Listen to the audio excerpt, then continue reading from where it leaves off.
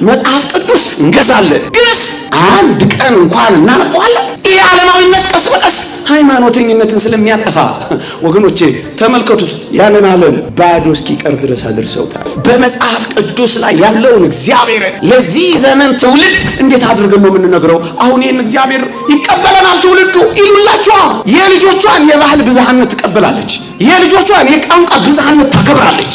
ነገር ግን የአስተምህሮ መፋለስን ግን አትታገስም። ይህች ቤተክርስቲያን ዘረኝነትና ጽንፈኝነት ሃይማኖት የመለወጥ አንዱ መገለጫ እኮ ነው። የዚህን ዓለም ጉዳይ እያስጨነቀን ሰማያዊውን እየረሳን ሃይማኖታችንን ችላ እንል ይሆን? እግዚአብሔር አለ ወይ ተብሎ ፈጣሪ አለ ወይ ተብሎ ሲጠየቁ አዎ ያሉት ኢትዮጵያውያን ናቸው ይላል። ልጆቻችሁ ያዩዋችኋል ስትጸልዩ።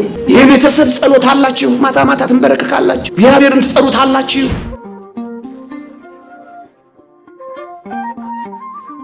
ንስሐ አባት እንደማያስፈልግ የማያምን ኦርቶዶክሳዊ የለም፣ እናምናለን። ግን ሁለት ነገር አለ። ወይ ንስሐ አባት የለንም፣ ቢኖረን እንኳን ንስሐ እንገባ፣ ብንገባ እንኳን ሰው የሞተለት ነው ንስሐ አባታችን የምንፈልገው። ወይ አልጋ ላይ ስንወድቅ ነው። ምን ማለት መሰለ? እንደሚያስፈልግ ታምናለህ፣ ግንስ ከመኖር ትርቃለህ። አሁን የሃይማኖታችን መቀዛቀዝ እኮ ይሄ ያለን ይመስለናል እንጂ እየተበላን ነው ቀስ በቀስ። ይሄንን ነው እነሱ ሁለተኞቹ ዘመናዊና እና ይሄ ድህረ ዘመናዊነት ፖስት ሞደርኒዝም የሚሉት የሚፈልጉት እዚሁ እንዲቀመጥ ወጥቶ ሰው እንዲለውጥ አይፈልጉም። መጥቶ ሰው እንዲቀየር አይፈልጉም። እነሱ የሚፈልጉትን እንድንሆን ነው።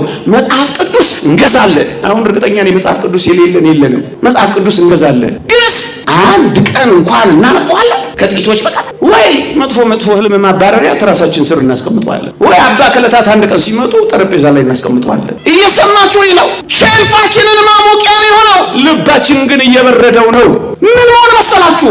የሃይማኖት መልክ ነው ያለን። ይሄ ደግሞ ምን እንደሆነ ታውቃላችሁ? ከዕለት ተዕለት ህይወታችን ውስጥ ክርስትናን ሃይማኖትን እያባረረ ይሄ እኮ ነው። ጌታ ሲመጣ ሃይማኖት በምድር ላይ ያገኘው አንዱ እኮ ነው። ለምሳሌ እቺን ጉባኤ እንኳን ተመልክቷል። የእግዚአብሔር ቃል እንደሚነገረው ግን ብርዱንም ውርጩንም ውሽንፍሩንም የኛን ድካም ሁሉ ታገሳችሁ ቁጭ ብለን እንሰማለን። እሰይ ጥሩ ነው። ግን ምን ያደርጋል? ከዚች ጉባኤ በኋላ የምንለወጠው ለውጥና ፈቀቅ የምንለው ማንነት የታል?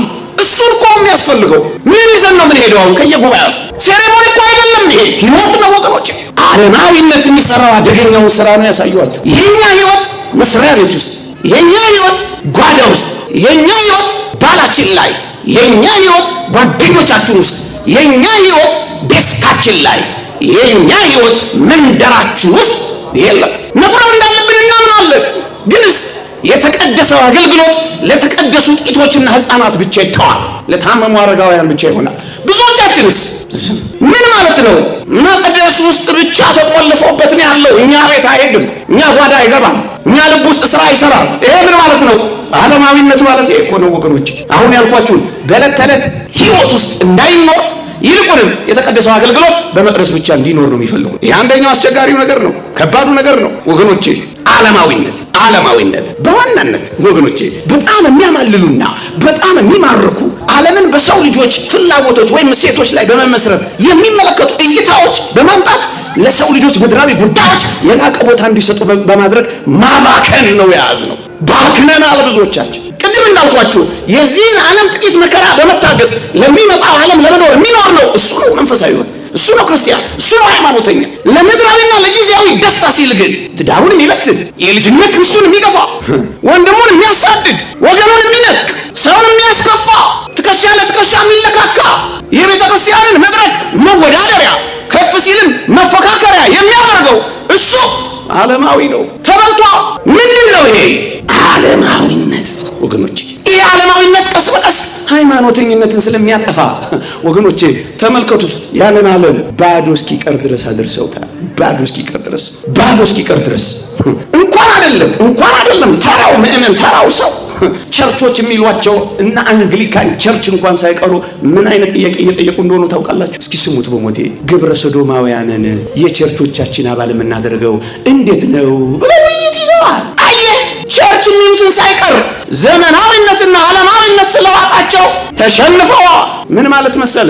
የሰብአዊ መብት አክባሪ እንዲባሉ ግብረ ሰዶማዊነትን የውይይት አጀንዳ አድርገውታል። እቺ ቤተክርስቲያን ግን ዘመናዊነትን አፍራ ዓለማዊነትን ፈርታ ዘመናዊ ላለመባል ሰግታ የግብረ ሰዶማውያንን ጋብቻ ስትባርክ አትገኝም። ምክንያቱም እሷ እውነተኛ ሃይማኖተኛ ናት። ሳይወዱ በግዳቸው ግን ተመልተዋል። እንደው ምን እንደሚሉ ውይይት ታውቃላችሁ? በጣም ይደንቅ ሀሳብ አላቸው። በመጽሐፍ ቅዱስ ላይ ያለውን እግዚአብሔር ለዚህ ዘመን ትውልድ እንዴት አድርገን ነው የምንነግረው? አሁን ይህን እግዚአብሔር ይቀበለናል ትውልዱ ይሉላቸዋል። እግዚአብሔርን በትውልድ ውስጥ ማስረጽ ሲያቅታቸው በዓለማዊነት ቢሸነፉ ጊዜ እግዚአብሔርንም ሊቀንሱት ሞከሩ። ወይም እግዚአብሔርንም ክብር ይግባውና እንደነሱ ዓለማዊ ማድረግ ፈለጉ። ይሄ ትውልድ ስለማይቀበለን እንዴት አድርገን ነው ብሉይ ኪዳንንና ሐዲስ ኪዳንን የምናስተምረው አሉላችኋል እንዴ? ይሄን የምላችሁ እኮ ዝም ብዬ አይደለም፣ የተጻፈ ነውና የምነግራችሁ እንዴ። ይሄ ብቻ መሰላችሁ? ከድንግል ተወልዷል ወይስ አልተወለደም? የዚህ ዘመን እኮ ጭቅጭቃቸው ነው። ምን ማለት መሰላችሁ? ቸርቾች የሚባሉት እንኳን ሳይቀሩ በዓለማዊነትና በዘመናዊነት ተበልተዋል። እግዚአብሔርን ማሳየት አቅቷቸዋል። ይኸውላችሁ የሴቶች እኩልነት መብት አስከባሪዎች እንዲባሉ ስለሚፈልጉ ለሴቶች ክህነት ሰጥተዋል። እቺ ቤተክርስቲያን ግን እንደዚህ አይደለችም። ደግሞ አለው እንደዚህ አይደለችም። ይኸውላችሁ የልጆቿን የባህል ብዝሃነት ትቀበላለች። የልጆቿን የቋንቋ ብዝሃነት ታከብራለች። ነገር ግን የአስተምህሮ መፋለስን ግን አትታገስም። ይቺ ቤተክርስቲያን ሌሎቹ እንደተበሉት እኛ መበላት ጀምረን ይሆን? አዎ የጀመርን ነው። አዎ የጀመርን ቅድም እንዳልኳችሁ ከግለሰብ ጀምሮ ወገኖቼ ያን ዓለም ይኸውላችሁ በተለይ ያኛውን ዓለም የሚቆጣጠሩበት ስርዓት ተቋምና ወጥ ሴት የሌላቸውን ባገኙ ጊዜ ምን እየሆነ እንደሆነ እያያችሁ ነው። እኛም ሀገር አንዳንዶቹ ለስርዓት ግድ የሌለው ለጋራ አምልኮ የማይጨነቅ ለምግባር ደንታ ቢስ የሆነ በልቅ ኑሮ የሚመራ ቁስ ተከር የሆነ ሃይማኖት ነው የፈበረኩለት። ምንም አይመስለውም። በዚህ ምክንያት ምድራዊ እንጂ ሰማያዊ ተስፋ ስላጣ እነሱ በሚፈልጉት መንገድ ይመሩታል፣ በልተውታል። እኛስ እንደዚህ እንሆን ይሆን? እንደዚህ እንዳንሆን ነው አሁን የምንነጋገረው እኮ። እንዳይበሉን ቀድመን እንድንደርስበት እንድናመልጥ እኮ ነው አሁን ጥቂት ማስታወስ የሚያስፈልገው ወገኖቼ። ጌታ በምድር ላይ ሲመጣ በዘመናዊነት መስፋፋት የተነሳ ሳይንስን እያመለክን ሃይማኖትን እያቆሰስን እንሄድ ይሆን? አንድ ጥያቄ። ሁለተኛስ የዚህን ዓለም ጉዳይ እያስጨነቀን ሰማያዊውን እየረሳን ሃይማኖታችንን ችላ እንል ይሆን? ሁለተኛ ጥያቄ። ደግሞስ ጌታ በምድር ላይ ሲመጣ ሃይማኖት ያገኝ ይሆን? ወገኖቼ ጽኑ የሆነ የስነ ምግባር ጉድለት በሕይወታችን ሲታይ መጨረሻው ምን እንደሚሆን ታውቃላችሁ? የሃይማኖት ክህደት ነው የሚሆነው። መረን የወጣ ነፃነት ኖሮ ሰው በፍጹም አመንዝራነት ውስጥ ሲኖር፣ በፍጹም አረማዊነት ውስጥ ሲኖር፣ በፍጹም ዘረኝነት ውስጥ ሲኖር፣ በፍጹም ደም መፍሰስ ውስጥ ሲኖር ነፍሱ ከእግዚአብሔር ትርቃለች ወገኖቼ። ለዚህ ነው አንዳንዶች ማዕተባቸውን እንኳን ሳይቀር ጨክነው ይበጥሱት። ለዚህ ነው አንዳንዶች ጨክነው እቺን መቅደስ ያቃጠሉት። ይኸውላችሁ ሃይማኖት እስኪተው ድረስ እግዚአብሔርን ያስረሱታል። እንደውም አንድ ሰው ምን ይላል? የአረመኔያዊነትና ደም የሚያፋስስ ሁኔታ ምንጭ የሆነው ኢአማኝነት በምድር ላይ ከመስፋፋቱ የተነሳ አብዛኛው ከክርስትና ጋር ይቆራረጣል ይላል። ወገኖቼ አረማዊነት ሲበዛ፣ አረመኔነት ሲበዛ፣ ደም ማፍሰስ ሲበዛ፣ ጭካኔ ሲበዛ፣ ግፍ ሲበዛ ሰው ከሃይማኖት መጣላቱ አይቀርም። የሃይማኖት እሴትን መስበሩ አይቀርም። አንዳንዶች በዚህ ዘመን ላይ ይሄን እያደረጉ ታያላችሁ። ከክርስትና ጋር፣ ከኦርቶዶክሳዊነት ጋር፣ ከእግዚአብሔር ጋር፣ ከሃይማኖት ጋር ይጣላሉ። ከዚህ በኋላ እምነት የሚያስፈልገው ነፍሳቸው አቅጣጫ እንዲያጣ ይደረጋል። አምልኮታቸውን ለማን መስጠት እንዳለባቸው ግራ ይገባቸዋል። ይህ ነው ሃይማኖት ማስቀየር ወገኖቼ። ዘረኝነትና ጽንፈኝነት ሃይማኖት የመለወጥ አንዱ መገለጫ እኮ ነው። ዘረኛ የሆናችሁ ረፉ፣ እግዚአብሔርን ትክዱታላችሁ። ወደ ልባችሁ ተመለሱ። ለእኔ ብቻ የምትሉ ስግብግብ ከሆናችሁ እመኑኝ እግዚአብሔርን ትረሱታላችሁ። ሰውን ካላፈራችሁ፣ እግዚአብሔርን ካልፈራችሁ፣ አጠገባችሁ ያለውን ወንድማችሁን ካላከበራችሁ፣ በጣም ዘረኛ ከሆናችሁ ሃይማኖታችሁን መካዳችሁ፣ እግዚአብሔርን መርሳታችሁም አይቀርም። ለዚህ ነው አደገኛ ማህበራዊ ነውጥ ይነሳል። የአረመኔያዊነትና የደም መፋሰስ ምንጭ ሆነው ኢአማኝነት ይነግሳል ነው የሚለው። ውጤቱን ያውቁታል፣ ኮንሲኩዌንሱን ይገልጡታል፣ በደንብ ይረዱታል። ስለዚህ የሃይማኖት መጥፋት ይከሰታል። ለዚህ ነው እንደው ተስፋ አለን፣ በእውነተኛ ኢትዮጵያውያን ተስፋ አለን። ፒው ሚል አንድ ሪሰርች ሴንተር በዓለማችን ላይ ካደረገው ጥናት ሃይማኖት ያስፈልጋል ካሉ ሀገራት መካከል 95% ሃይማኖት ያስፈልጋል ያሉት ኢትዮጵያውያን ናቸው ይላል። አሁን ተስፋ አለን ወገኖቼ። እግዚአብሔር አለ ወይ ተብሎ ፈጣሪ አለ ወይ ተብሎ ሲጠየቁ አዎ ያሉት ኢትዮጵያውያን ናቸው ይላል። ተስፋ አለን፣ ግን ነገ ያስፈራል። ለዛ ነው ምናልባት አርፍደንም ይሁን ቀድመን እንጃ እንዲህ በአደባባይ መግለጣችን። ወንጌሉን ትርጓሜውንማ ይኸው ሊቃውንት አሉላችሁ፣ ቢያንስ ይህንን ጠቁማችሁ እንጂ ወገኖቼ።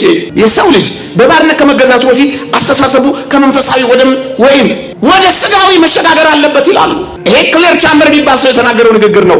ስጋውያን መሆን በጀመራችሁ ቁጥር መንፈሳዊነታችሁ ሲሸርሸር የሰይጣን ባሪያ ልትሆኑ ጥቂት እንደቀራችሁ እንዳትረሱ። ከዝማሬው ይልቅ ዘፈኑ፣ ከማለቱ ይልቅ ናይት ክለቡ፣ ከጉባኤው ይልቅ ቤቲንጉ፣ ከስግደቱ ይልቅ ፑሉ የሚቀናችሁ ከሆነ እመኑኝ መንፈሳዊነታችሁ እየተሸረሸረ ሲሄድ፣ ከድንግልና ይልቅ አመንዝራነት በውስጣችን ከነገሰ እመኑኝ ባሪያ መሆናችን አይቀርም። አንዱ ለአንዱ ማቀባበሉ አይቀርም። ለውጥ ይኖረዋል። የሥነ ምግባር ጉድለት የሃይማኖት ክህደት እንደሚያመጣ ያውቃሉ ወገኖቼ። ለዚህ ነው እርቃን መውጣት፣ ጾታ መቀየር፣ ግብረ ሰዶማዊነት፣ ዝሙታዊ ማረግን፣ ውርጃን አማራጭ አድርጎ ለምድራችን የማቅረብ ዋና ፕሮጀክት ምን ይመስላችኋል? ሃይማኖትን ማስካድ። ስነ ምግባርን በጣሰ ቁጥር የሰው ልጅ ሃይማኖት እንደሚጥስ እግዚአብሔርም ከሰው ልጅ እንደሚጣላ ያውቃሉ። ስለዚህ ይህን አቅርቦት በጣም ይጨምራሉ ወገኖቼ። ከእግዚአብሔር ይልቅ ተላ ደስታን አትውደዱ። ዓለምን በጣም ከመረጣችሁና ከወደዳችሁ ሃይማኖታችሁን መካዳችሁ። ለዚህ ነው ጌታ በምድር ላይ ሲመጣ እምነት ያገኝ ሆነን ይህን ጥያቄ ጠየቀው። በጥቂት ደቂቃዎች ላጠናቅ። እየሰማችሁኝ ነው? የዘመናዊነትና የምዕራባዊነት ባህል በጣም በተስፋፋ ቁጥር የሳይንስን አድናቆትና ግምት በጨመራችሁና ልባችሁ ውስጥ ባነገሳችሁት ቁጥር ሃይማኖታችሁ እንዳታቆስሱ ተጠንቀቁ። እደግመዋለሁ። አሁንም የዚህ ዓለም ጉዳይ በጣም የሚያስጨንቃችሁ ሆኖ መንፈሳዊውን የሚያስረሳችሁ ከሆነ ወገኖቼ፣ ተድላ ደስታን ከእግዚአብሔር ይልቅ የምትመርጡ ከሆነ ሃይማኖታችሁን እንዳትክዱ ተጠንቀቁ። 2 ሶስተኛ ጽኑ በሆነ ምግባር ጎድለት እየኖራችሁ ግድ የለም አንድ ቀን እመለሳለሁ ብላችሁ በዛው እየቀጠላችሁ ከሄዳችሁ ላትመለሱ ትችላላችሁ። አሁንም ተጠንቀቁ። ሰው ከመንፈሳዊነት ወደ ስጋዊነት ሲሸርሸር አምልኮቱንም ይቀይራል፣ ሃይማኖቱንም ይጥላል፣ ሰይጣንም ማደሪያ ይሆናል። ተጠንቀቁ።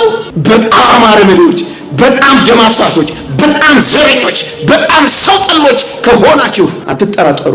ከክርስትና ርዕዮተ ዓለም ጋር የተጣላችሁ ስትሆኑ ነፍሳችሁ አምልኮቷን ለማን መስጠት እንዳለባት ግራ ስለሚገባት ሃይማኖታችሁን ትቀይራላችሁ፣ ማተባችሁን ትበጥሳላችሁ፣ ሃይማኖት የለሽ ትሆናላችሁ። ይሄ ምድር ያሳሳችኋል። ይሄ ምድር ካሳሳችሁ ሰማያዊውን ትረሱታላችሁ። ሌላ የመጨረሻ አንድ ነጥብ ብቻ ጠቅሼ ላቃ። ለዚህ ምሽት ጌታ በምድር ላይ ሲመጣ እምነት ያገኘ ሆነን ወገኖቼ። ኤሪክ ቤሊስ የተባለች ሴት እንዲህ ብላለች። የሰማችሁ ይሄ ነው። በጣም ሰይጣናዊ ሴት ናት። አሁን ያለውን ይሄን መረን የወጣ የግብረ ሰዶሙን ህይወት መረን የወጣውን እርቃን የቀረውን ዓለማዊነት በጣም ከቀመሩ ሴቶች አንዷች ኤሪክ ቤሊስ የተባለች ሴት ናት። ምን ብላለች መሰላችሁ? ራሱ ያለችው ነው ማነብላችሁ። የክርስትና እምነት በዋናነት ከትውልድ ወደ ትውልድ የሚተላለፈው በቤተሰብ በኩል ነው አለችና፣ ልብ በሉ፣ ሃይማኖት ከትውልድ ወደ ትውልድ የሚተላለፈው በቤተሰብ በኩል ነውና አለች። እና ምን እናደርጋለች መሰላችሁ? ክርስትናን ለማጥፋት በመጀመሪያ ዋናውን ምንጭ ማድረግ፣ ቤተሰባዊ መዋቅርን ማፍረስ አለች። ይሁላችሁ ትዳርን ችላ ስትሉ ወጣቶች ሆይ፣ ጋብቻን ስትጠሉ ወይም ለጋብቻ ብዙም ትኩረት ሳትሰጡ ስትቀሩ፣ ይሁላችሁ ሃይማኖትን እያደከማችሁ እንደሆነ ተረዱት። ክርስትናን እያቋረጣችሁት እንደሆነ አወቁት። ለቤተሰባችሁ ታማኝ ካልሆናችሁ፣ ለትዳራችሁ አሳቢ ካልሆናችሁ እመኑኝ ሃይማኖታችሁን እያቋረጣችሁት። ለልጅ የማታበረክተው ሃይማኖት ማን ነው? ምንድን ነው ወገኖቼ? ይኸውላችሁ የቀድሞውን ለማጥፋት ይላሉ፣ ክርስትናን ማለት ነው። የቀድሞውን ለማጥፋት አሁን ያለውን ቤተሰብ ማጥቃት ሁነኛ መፍትሄ ነው ትላለች። መበተን፣ የሚረከብ የለም፣ የሚያይ የለም ወገኖቼ። ልጆቻችሁ ያዩዋችኋል ስትጸልዩ። የቤተሰብ ጸሎት አላችሁ፣ ማታ ማታ ትንበረከካላችሁ፣ እግዚአብሔርን ትጠሩታላችሁ። ደግ ስትናገሩ ያዩዋችኋል። እናንተን የሚመስሉ ልጆች ወልዳችኋል ወገኖቼ። በተለይ ወላጆች ስሙኝ፣ ተወዳዳሪ የሌለው ልጆችን የማሳደጊያው ጥበብ ራሳችሁን ጥሩ ወላጅ ማድረግ ብቻ ነው። ከሁሉ በላይ ልጅ አንተን ነው የሚያየው፣ እኔን ነው የሚያየው፣ አባቱንና እናቱን ነው የሚያየው። ልጅ ጥሩ እንዲሆን ከፈለክ ጥሩ ሁንለት ወገኖቼ፣ ጥሩ ሁንለት። ይሄን ከሰራን ሃይማኖትን ጠብቀን እንኖራለን ወገኖቼ፣ ሃይማኖትን ጠብቀን እንኖራለን። ቤታችሁን የግጭት ቤት፣ ቤታችሁን የፉክክር ቤት፣ ቤታችሁን የውድድር ቤት አታድርጉት። ቤታችሁን አታቀዝቅዙት። ፍቅር ስጡት። እፍ በሉና ሟሙቁት። ተዳፍኖ ከሆነ አውጡት። ልጆቻችሁ ክርስትናውን ያጣጥሙት፣ ይዩት። ስትቆርቡ ይዋችሁ፣ ደግ ስትናገሩ ይዋችሁ፣ ስትጸልዩ ይዋችሁ፣ ንስሐ ስትገቡ ይዋችሁ፣ ስትንበረከኩ ይዋችሁ። ስሩት። ክርስትናው እቤት ውስጥ ስሩት። እቤት ውስጥ ስሩት። ወገኖቼ በዋናነት ዘመቻው በወላጆችና በልጆች መካከል ያለውን ተግባቦት መስበር፣ ልጆች እናንተ ጋር እንዳይሆኑ፣ እናንተ ከልጆቻችሁ ጋር እንዳትሆኑ ቢዚ ማድረግ። ከልጆቻችሁ ጋር ታወራላችሁ፣ ጸጉራቸውን ታሸሿቸዋላችሁ። አባቶቼ ቢራ ቤት ነው የምታመሹት? ኳስ ጋር ነው ሌሊት የምታድሩት? ወይስ የልጆቻችሁን ሽታ ታውቃላችሁ? ይሰሟችኋል አሉ አጠገባችሁ፣ ታድኗቸዋላችሁ። ለእግዚአብሔር መስዋዕት አድርጋችሁ ታቀርቧቸዋላችሁ። ተሰብሯል ወይስ አለ? ሕያው ወይስ ሞቷል? ክርስትና ተላልፏል ወይስ ተቋርጧል? ብዙ ወላጆች ተጨንቀዋል። መፍትሄው ራሳችንን ሃይማኖተኛ ማድረግ ብቻ ነው መፍትሄው ወገኖቼ። ይሄ ተመሳሳይ ጾታ በሉት ምን በሉት በዋናነት ለምን እንደሚዘበትበት ታውቃላችሁ? ቤተሰብ የሚባል እንዳይኖር ነው። እዩ ጋብቻ እንዲጠላ ነው። ደግሞስ እንዳያገባ ነው። ካገባ እንዳይጸንስ ነው። ከጸነሰ እንዳይወልድ ነው። ከወለደ እንዲመክን ነው የሚደረገው። ይሄ ሁሉ ምንድነው ካላችሁ በምድር ላይ ሃይማኖትን ጌታ ሲመጣ ያገኝ ይሆን? ዘመቻው ብዙ ግን ሳንናገረው እንዳንቀረው ብለን ነው። በጥልቀት እቺን ዓለም ማወቅ ጀምሩ። እዩዋት፣ በጥልቀት ምን እየሆነች እንደሆነች እዩዋት። አትኑሩባት። ይኸውላችሁ ቤተክርስቲያን በዓለም ውስጥ ናት እንጂ ቤተክርስቲያን ከዓለም አይደለችም። እናንተም ከዓለም አትሁኑ፣ ዓለምን ኑሩባት እንጂ እንዳትለውጣችሁ ለውጧት እንጂ። ተመሳስላችሁ ነዋሪዎች አትሁኑ። ከሰው ጋር ሲኖሩ ሞኝ ሆኖ ነው፣ አህያ ሲጭኑ ሶስት ሆኖ ነው። ምን ላድርግ ጌታ ያውቀዋል፣ የልቤ የአፌን አይደለም እያላችሁ አትታለሉ። ሃይማኖተኞች ሆነን እንድንቀር ቅድም ያልኳችሁ ሪሰርችና መረጃ የእውነት እንዲሆን በርቱ ክርስቲያኖች። እንበርታ። ይቆየን።